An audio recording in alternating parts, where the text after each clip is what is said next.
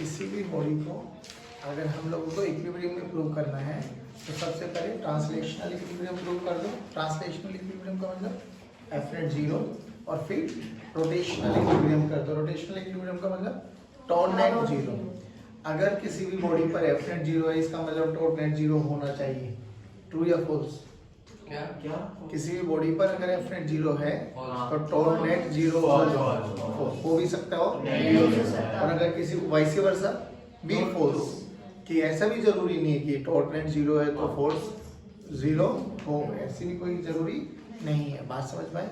फिर हमने बोला था कि अगर एफ नेट जीरो है तो टॉर्क जीरो हो भी सकता है और नहीं भी, बट एक बात सत्य है कि torque about any point will remain same. और जीरो हो इसकी भी कोई गारंटी नहीं, वो जीरो भी हो सकता है और कोई भी वैल्यू भी आ सकती है।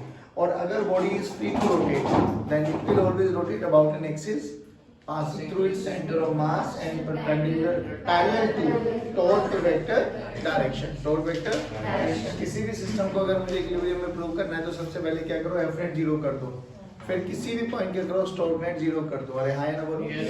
चलो सर हाँ बेटा, अगर एफ नेट जीरो नहीं है, इक्वल टू जीरो नहीं है, तो जरूरी टॉर्क जीरो होगा हमेशा। हाँ हो सकता है, नहीं ऐसा इट इज नॉट मैंडेटरी, हो भी सकता है नहीं भी हो सकता। अगर f net equal to zero नहीं है, हाँ देखो ना, देखो मैं बताता हूँ। इफ यू रिमेम्बर तो कल हम लोगों ने एक डायग्राम बनाया था कि भाई इधर देखो, इस पे लगा 2f फोर्स और इधर लगाया f फोर्स। टॉर्क अबाउट वो बताओ zero, but F net zero नहीं है, F net zero, torque zero, बस खत्म। हो सकती है, कोई बड़ी बात नहीं आया। तो अभी कल हम लोगों ने वो लेडर वाली प्रॉब्लम्स देखी थी, आज उसी लेडर की प्रॉब्लम में एक थोड़ा सा इम्प्रोवाइज कर लेते हैं न्यूमेरिकल को। अभी भी वही, यहाँ पे म्यू की वैल्यू जीरो है, यहाँ पे म्यू की वैल्यू कुछ है। एक लेटर रख दिया है जिसका मास m है, लेंथ l है, ठीक है, मास m लेंथ l, और इसके यहाँ से a पॉइंट से, दिस इज पॉइंट b, यहाँ पर c पॉइंट पर, जो कि यहाँ से l/4 दूरी पर है। मान लो हमने अपना एक लड़का खड़ा कर दिया यहाँ, लड़के का मास भी मान लो, कुछ भी बोलो, छोटा m मान लेते हैं, ठीक है, छोटा m मान लेते हैं। बात समझ में आई? फिर दोबारा वही पूछा, फिर से बताना कंडीशन दोबारा सुन लो। हमारे पास एक लैडर है, हाँ, ठीक है, यहाँ पे फ्रिक्शन है, यहाँ पे फ्रिक्शन नहीं है। लैडर है जिसका मास m है, लेंथ l है, ठीक। इसी लैडर पर a पॉइंट से l/4 दूरी पर एक लड़के को खड़ा कर दिया। लेट से हम लोगों ने तुषार को खड़ा कर दिया, परफेक्ट है। अब फिर वही बोला गया कि नॉर्मल बाय ग्राउंड निकालो, रिक्वायर्ड म्यू निकालो कि ये जो सिस्टम है स्लिप ना करे। बात समझ में आ गई? सेम वही प्रोसेस है। बोलो क्या करो, सबसे पहले फोर्सेस को एनालाइज कर लो। फोर्सेस बोलो कौन कौन से लगेंगे बच्चे? इधर लगेगा n1, उधर mg, इधर लगेगा n2, परफेक्ट। और नीचे mg। अगर मैं इसको अलग बनाऊं तो यहाँ पे देखो, ठीक, तो इस वाले पॉइंट पर एक लगा ऊपर n1, इस वाले पॉइंट पर एक लगा n2, और सर l/4 दूरी पर भी तो लग रहा है। अभी लगेगा भाई इस वाले पॉइंट पे क्यों लग रहा है n2? क्योंकि कांटेक्ट फोर्स है ना लेडर का और दीवार का, हाँ, नहीं आया? और mg, हैं? mg, mg तो सेंटर से लगेगा ना भाई, ये n1, हाँ 2 mg लगा देते बेटा, परेशान क्यों हो रही है? एक mg ये लगा l/2 दूरी पर, और एक mg लगेगा यहाँ से l/4 दूरी पर, छोटा m into g, नहीं आया? हाँ सर। पक्का? बस खत्म। अब हैं? क्योंकि l/2 पे क्यों लगेगा भाई? लेडर का मास तो l/2 पर ही तो लाई करेगा। फ्रिक्शन किधर लगेगा? इधर। इसका नॉर्मली लगेगा लेडर पे। किसका नॉर्मल? तुषार पे। क्यों? तुषार किस पे खड़ा हुआ है? लेडर पे। बस तो नॉर्मल। mg तो लगाएगा वो नॉर्मल। अरे nmg के बराबर ही हो जाएगा वो, परेशान मत हो। नहीं है? अब इधर देखो, इधर कौन लग रहा है? n2, इधर कौन लग रहा है? फ्रिक्शन, तो n2 must be equal to, ऊपर कौन लग रहा है? और नीचे capital M into G plus small m into G, नहीं आया? ये तो एफ नेट की कंडीशन आ गई। फिर क्या करो, इस पूरे सिस्टम पर कहीं पर भी एक पॉइंट ले लो जो आपको मन करे। ये थीटा मान हमें लो, म्यू जीरो दिया हुआ था। नहीं ये म्यू माना हुआ है ना भाई, ये तो म्यू नॉन जीरो है ना। उधर लिखो ना, वो इधर है, इस वाले सरफेस पे कोई फ्रिक्शन नहीं है। अगर इस पे भी होता तो इस पे भी फ्रिक्शन फोर्स लग जाता है। अब बताओ इसकी टेंडेंसी किधर थी, इधर जाने की, उसकी किधर है, नीचे आने की, नीचे आने की। तो फ्रिक्शन किधर लगेगा, ऊपर। इन केस अगर फ्रिक्शन हो जाता है तो फ्रिक्शन वहां पे भी काउंट कर लेंगे हम, कोई दिक्कत वाली बात। तो अब ऊपर कितने लग जाएंगे अगर यहाँ पे फ्रिक्शन की होता तो, एक ये फ्रिक्शन ऊपर लग रहा है, एक नॉर्मल ऊपर लग रहा है, नहीं आया। और नीचे कौन लग रहा है, बड़ा mg और छोटा mg। तो F plus N1 must be equal to capital M plus small m into g। नहीं आया बाबा। अब इधर देखो, ये तो हो गया वर्टिकल। हॉरिजॉन्टल में देखो, इधर लग रहा है N2 और इधर लग रहा है F। कर दिया, नेट फोर्स 0 हो गया, ये कंफर्म हो। अब इस पूरे सिस्टम में A point, B point, C point, D point, जहां आपका मन करे किसी भी एक पॉइंट को मानो और क्या 0 कर दो, टॉर्क। इसी पॉइंट को मान लेते हैं क्योंकि इस पे मैक्सिमम फोर्सेस लग रहे हैं। तो ये 0, ये 0, ये देखो। अब यहाँ पे क्या चाहिए मुझे, L/2 का परपेंडिकुलर कंपोनेंट है ना, तो L/2 cos थीटा। तो इसका क्या बन जाएगा टॉर्क हमारे पास, कैपिटल M इंटू जी L/2 cos थीटा। ऐसे क्या देख लो भाई, सही तो है, नहीं आया भाई। M बाई ये है ना line of action of force, तो मुझे तो ये परपेंडिकुलर डिस्टेंस चाहिए ना। तो ये परपेंडिकुलर कितना हो जाएगा, L/2 का ये कंपोनेंट, नहीं आया। अब ध्यान से देखो, छोटा mg ये लग रहा है बच्चे, ये L/2 और ये L/4 और ऐड कर दो इसमें, कितना हो गया, 3L/4। हाँ सही है, 3L/4। तो small mg into 3L/4 cos theta, ये और हो गया। इसका बोलो N2 का, ये N2 का line of action of force है और ये इसका परपेंडिकुलर डिस्टेंस हो जाएगा। तो L का ये वाला कंपोनेंट कितना हो जाएगा, L sin थीटा। नहीं आया बच्चों, बस रखो इक्वल्स टू 0 कर दो, जो भी इक्वेशंस बनती जाएंगी यू कैन सॉल्व इट। नहीं आया। अब इसमें मैंने जैसे यहाँ पर एक लड़का खड़ा किया, यहाँ पे 2 कर दो, 3 कर दो, n कर दो, आप करते रहो, खेलते रहो, इसमें कोई दिक्कत नहीं। आपको क्या रिलेशन समझ में आना चाहिए कि जब भी इक्विलिब्रियम प्रॉब्लम्स को हमें सॉर्ट आउट करना है तो हमारे लिए 2 स्टैंडर्ड पैरामीटर्स हैं। एक सबसे पहले एफ नेट को 0 करना है और एक फिर किसी भी पॉइंट के क्रॉस क्या 0 कर देना है, टॉर्क नेट 0। अगर एफ नेट 0 है और किसी भी एक पॉइंट के क्रॉस में टॉर्क नेट को 0 प्रूव कर पाया तो क्या सभी पॉइंट्स के क्रॉस टॉर्क नेट 0 हो जाएगा? हाँ, क्योंकि कल हम लोगों ने पढ़ा था कि अगर एफ नेट 0 है तो टॉर्क हर एक पॉइंट के क्रॉस क्या रहेगा, सेम। अरे क्या रहेगा, नहीं आया समझ में, पक्की बात है, डन। अब सुनो, अब बहुत बेसिक सी चीजें बताऊंगा।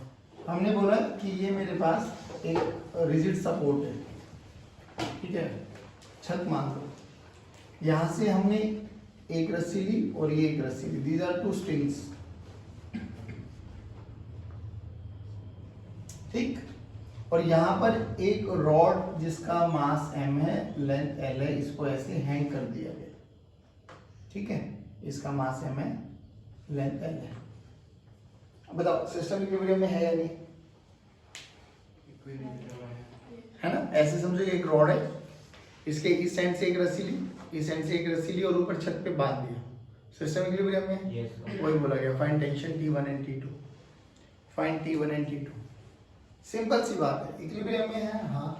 तो ऊपर क्या, इधर क्या लग गया T1 और इधर क्या लगा लो T2, और कोई फोर्स लगेगा क्या, इधर, बस इसके अलावा बताओ। तो नेट फोर्स को 0 करो, बोलो T1 plus T2 must be equal, नहीं आया भाई। अब चलो F नेट 0 कर दिया, आप क्या करना है, और 0।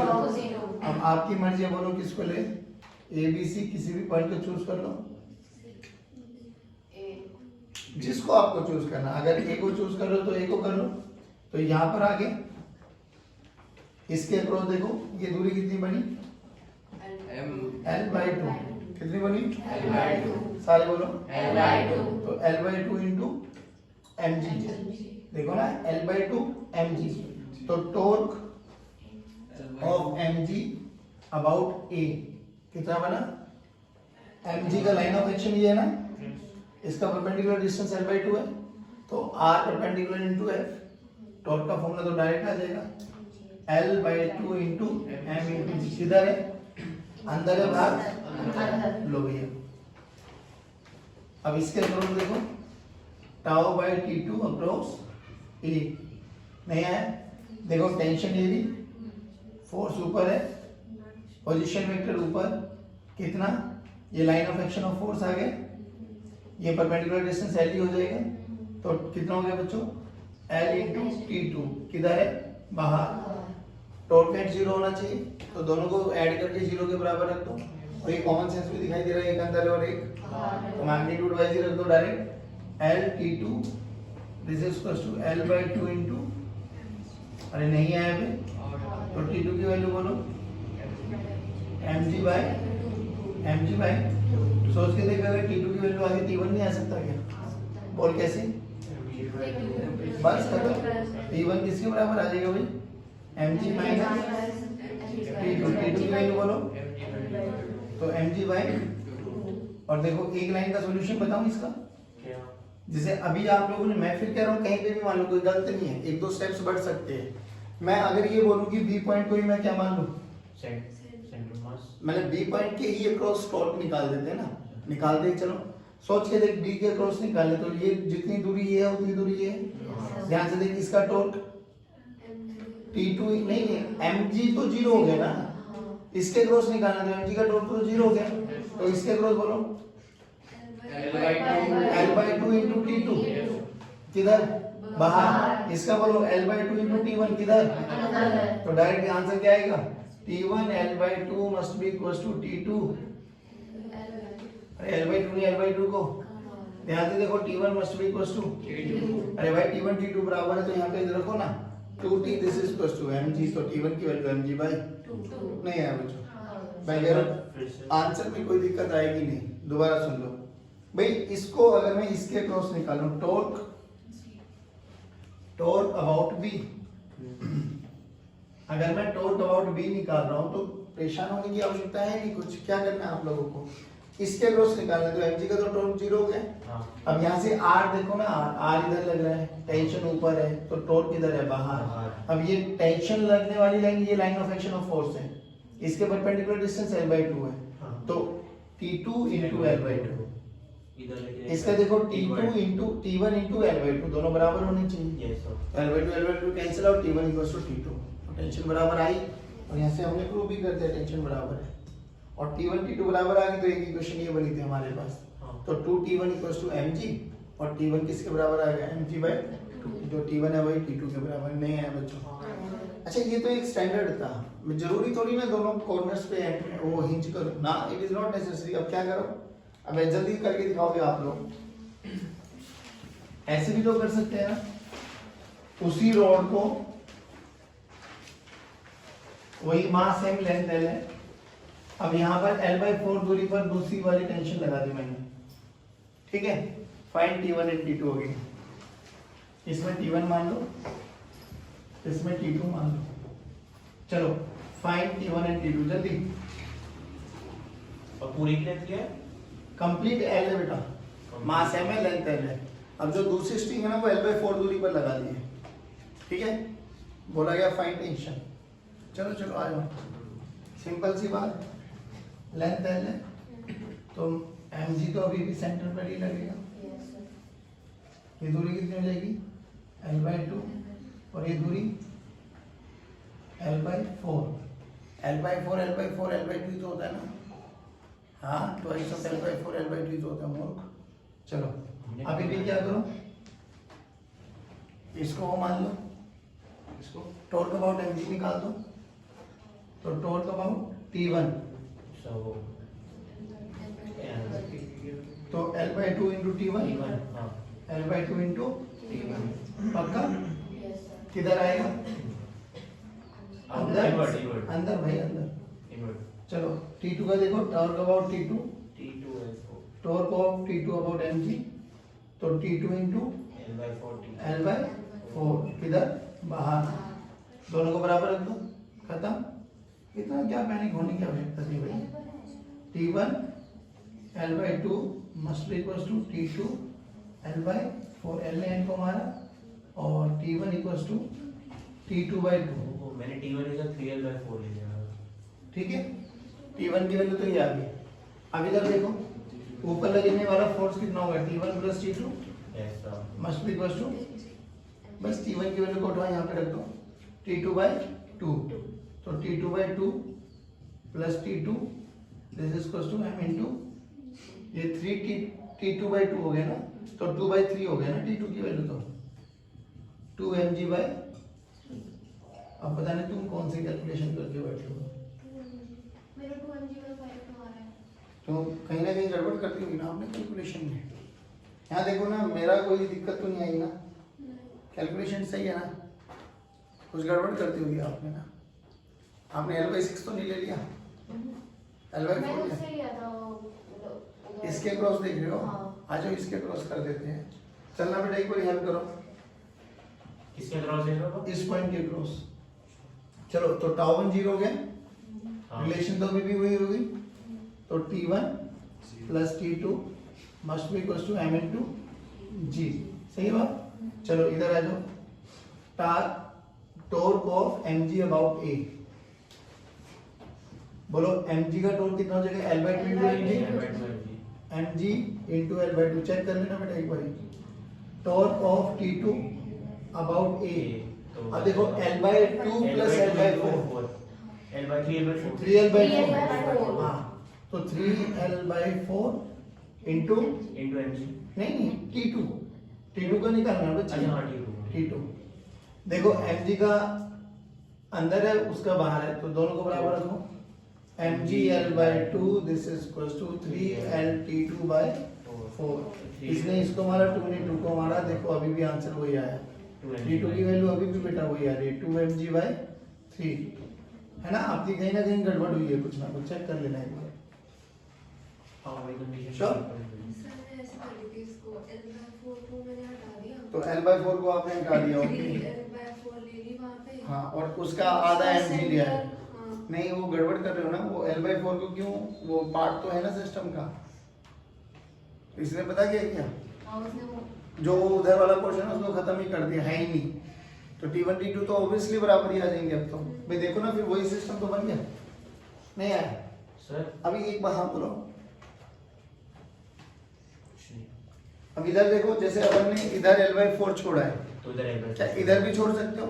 L/3, L/2, L/4, L/8 कहीं पर भी छोड़ के लगा दो, हमारे लिए कोई दिक्कत होने वाली। सिंपल सा लॉजिक समझो कि सबसे पहले F net की इक्वेशन बना लो, देन किसी भी एक पॉइंट के क्रॉस टॉप नेट 0 कर दो अगर इक्विलिब्रियम में है तो। नहीं आया बच्चों? श्योर? पक्का कर देंगे या एक आधा क्वेश्चन और दो?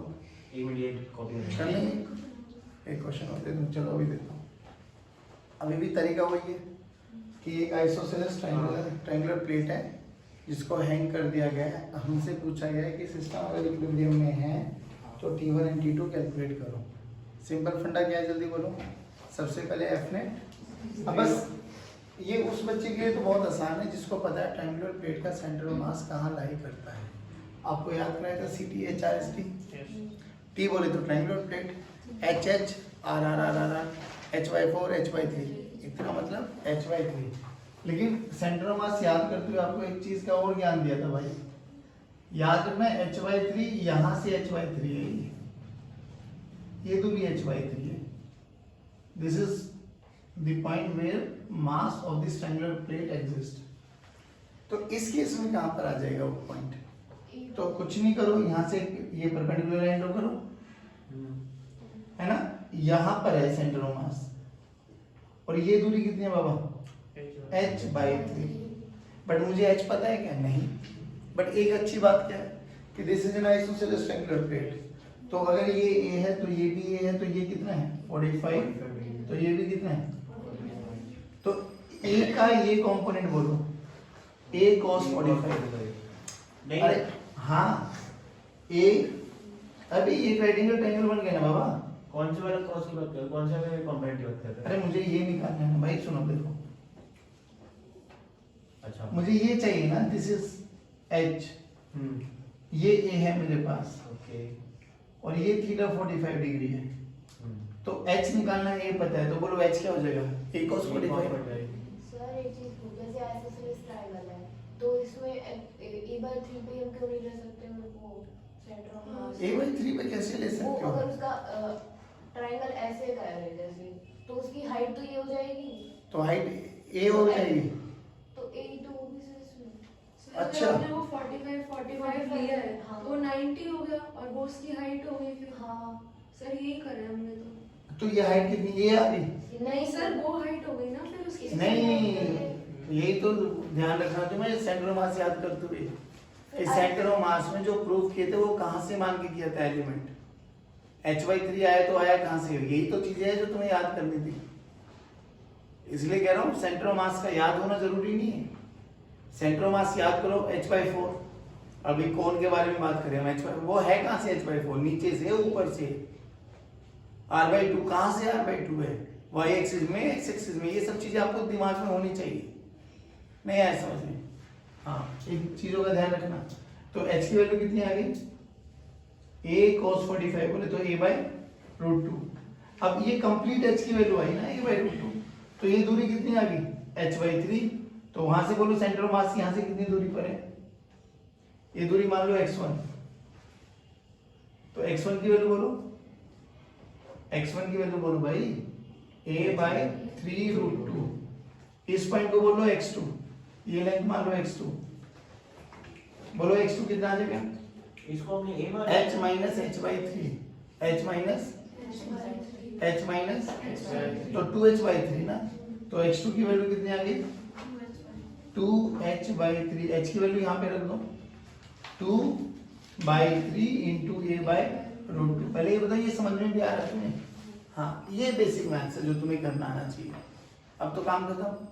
ऊपर देखो, इसमें मान लो t1, इसमें मान लो t2 और mg तो इधर लगेगी। तो बोलो एफ नेट की इक्वेशन क्या आई बाबा? t1 plus t2 must be equals to m into g। ठीक हो, इक्वेशन आ गई। अब क्या करना हमें? ध्यान से देखो। तो अगर मैं बनाऊं इसका एफबीडी, ये t1, ये t2 और यहां से ये x2 दूरी पर, ठीक है ना? ये वहां से mg और ये एंगल है 45 डिग्री। पहले बताओ ये आया नहीं आया समझ में? डन है ना? अब बोलो किसी भी पॉइंट को आप मान के चलो जिसके अबाउट टॉट निकालना है। एक ही अबाउट निकालो।